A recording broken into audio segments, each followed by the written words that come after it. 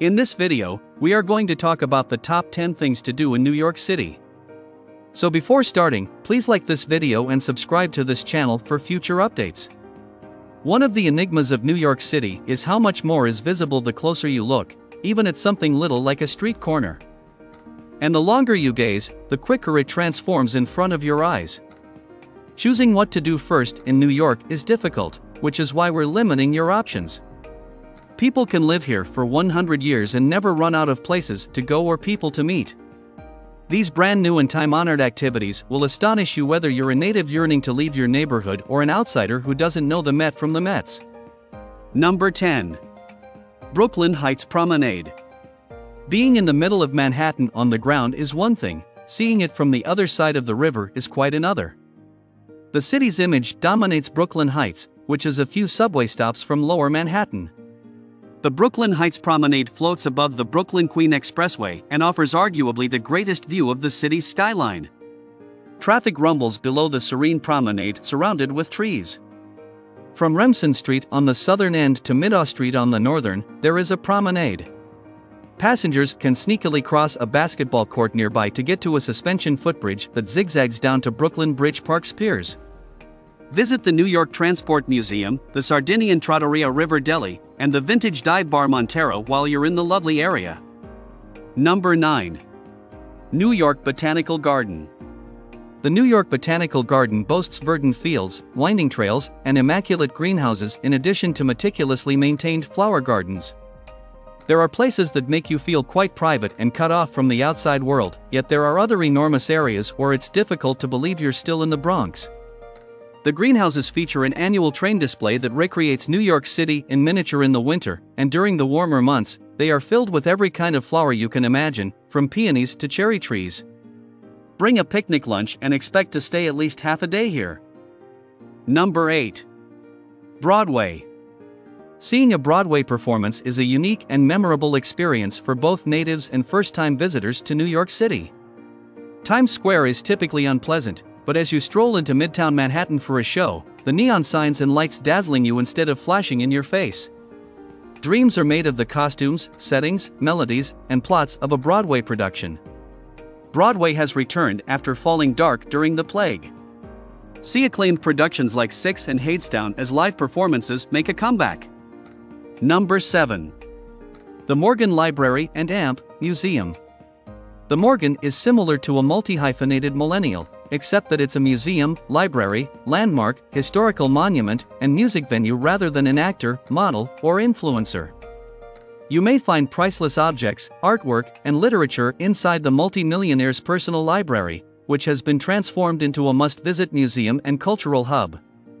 Some of these items date back to 4000 BC, which are more valuable than your home. One of the 23 original copies of the Declaration of Independence, Mozart's handwritten Hafner Symphony score, Phyllis Wheatley's collected poems, Milton's Paradise Lost manuscript, and Charles Dickens's A Christmas Carol manuscript are all housed in the museum. Swoon. Number 6. Summit One Vanderbilt. There are plenty of breathtaking vistas to be seen all throughout the city, but the team behind Summit One Vanderbilt has put together a big-name lineup to create a comprehensive experience where you could easily spend a few hours. The journey begins in the lighted, musical elevator that whisks passengers to the 91st floor. A large, mirrored chamber with a view of New York City welcomes you there.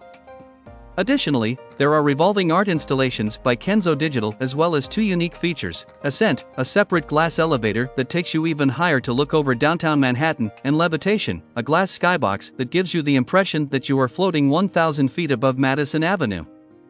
Inside, a Nordic-inspired restaurant designed by Stetta serves pastrami stuffed pretzels and ricotta toast from Danny Meyer's Union Square events. There is also an outdoor terrace that wraps around the building and has the vibe of the city's most exciting rooftop bar. Number 5. The Cathedral of St. John the Divine. The world's largest cathedral and sixth largest church, respectively, is Morningside Heights Cathedral of St. John the Divine, located at 112th and Amsterdam in Upper Manhattan. Every year, hundreds of thousands of people enter through these doors for a reason. The cathedral itself is worth visiting due to its impressive Gothic architecture, narrative stained glass windows, and 17th-century tapestries. But, there is also artwork that is particularly significant to New York City here, such as Keith Haring's altarpiece made of white gold and bronze and a 9/11 memorial sculpture by Meredith Bergman that contains tower rubble. Everybody are welcome to attend the daily and Sunday worship services held at the Cathedral. In the Cathedral, there is no fee for contemplation, meditation, or prayer. Entrance costs $5 for people arriving purely for sightseeing. Depending on the day of the week, several excursions are available. Number 4. Central Park. You must visit Central Park while in the city if you want to enjoy the Nora Ephron New York experience.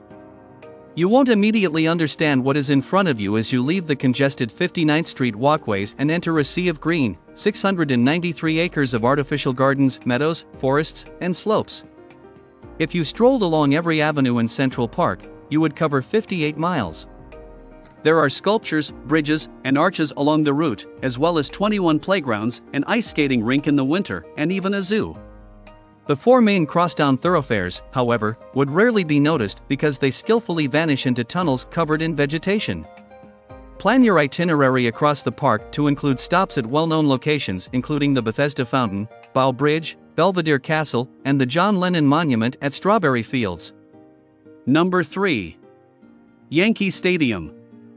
A day of cheering at a New York City baseball game in the spring or summer is a tradition for a reason. The 27-time world champions of New York play their home games at Yankee Stadium, which is situated in the Bronx. It is easily reachable from Manhattan by subway, taking around a 20-minute travel from Grand Central Terminal and a half-hour ride from Penn Station. It was one of the most expensive stadiums to build, costing $1.5 billion, and it replaced the 1923 predecessor in 2009. There are 50,287 seats available. The primary event here is obviously New York Yankees games, but you can also go to concerts, college football games, and soccer games. You must travel to the Bronx to visit Yankee Stadium, which is frequently a travel highlight for sports lovers. Number 2. Whitney Museum of American Art. When the Whitney moved to its considerably expanded meatpacking headquarters in 2015 from its Upper East Side headquarters, it received a significant renovation. It features 4 outdoor exhibition spaces and terraces, 50,000 square feet of indoor galleries with artwork by Alexander Calder, Richard Avedon, and Jean-Michel Basquiat, as well as a restaurant on the ground floor and a bar on the top floor, both run by Danny Meyer, one of the most well-known restaurateurs in the area. 2 elevators created by artists connect the floors, albeit slow-moving, crowded ones. Use the stairs if mobility is not a problem for them to provide unbroken views of the Hudson River. A number of outside staircases connect the top floors and sculpture terraces, offering fantastic views of the city skyline and the opportunity to see art in the open air.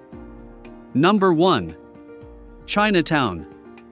Lower Manhattan's neighborhoods, including Chinatown, are dynamic and memorable.